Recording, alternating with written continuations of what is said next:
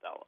All right, here's the moment from the meeting where attorneys were meeting with Peter Davis from the Wisconsin Employment Relations Commission. So, if I make $60,000 now, and half of that is due to education, so my base salary is $30,000, so we calculate the CPI based on $30,000 base wage, and it's a $500 increase.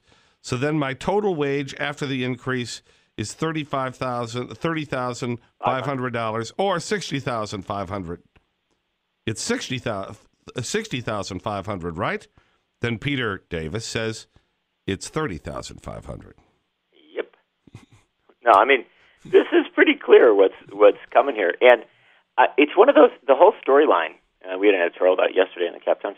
The whole storyline is a fascinating one because it was so draconian that initially it took people a while to believe it was real.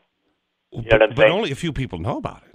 Well, it's developing out, right? You know, in fact, I have to tell you, I was at we did the debut for the Koch brothers Exposed film last night out at the Barrymore, and I had people walking up to me, not just teachers. I mean, literally all kinds of folks coming up and saying, you know, either do you know about this or what do you think about it? But it's become a real topic of conversation. I think it's expanding out rapidly. But I do think it's one of those things where, at initial blush, people, and especially, you know, the slowest-witted people of all, media, tend to think, oh, this can't possibly be real. There's got to be some sort of, you know, there's got to be some sort of exception here, some sort of trick, something that doesn't make it so. But I've looked over this stuff, and, you know, highest marks to Judd for, you know, moving this thing out. Well, and his wife, Katie, yeah. And his wife, Katie. Yeah. I mean, but let's be clear that it's taken some time. You embraced it very, very early. John Matthews and others started to, you know, recognize that this was real. But the development so far has been Pocan. And Mark Pocan, 2 days ago, really stepped up with a very, very strong statement on this radio station, I might add, yeah. And also on this, and also on a press release. And I think that's a really important thing, to get people in official positions, people who, you know, theoretically have the authority, and as former co-chair of Joint Finance, the knowledge, to speak out about these things. And so I hope that more, frankly, I hope more legislators do. What if people were to email skw@scottwalker.org? Well, isn't that the account that Mr. Russell and his friend were using when they were on vacation?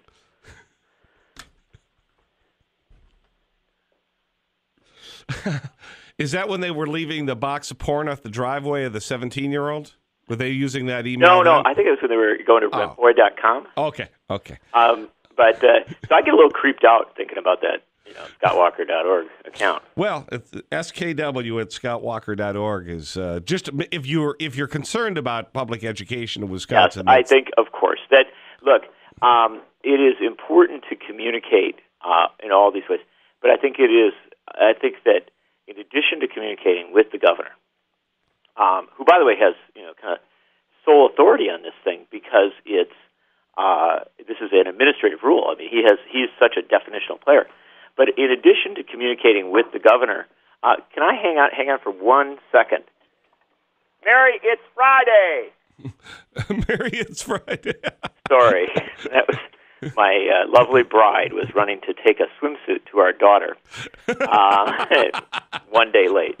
I love that you can be a part of this radio show.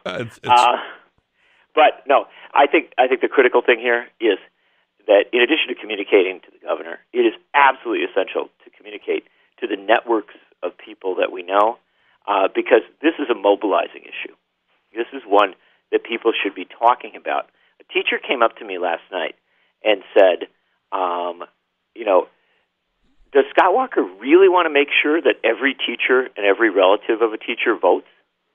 And the answer to that question is, if every teacher and every relative of a teacher knows about this thing. And do you want to know how do I need to say do I need to say Aunt Jemima again to get this out? Let's wait. Let's hold till Monday. Okay.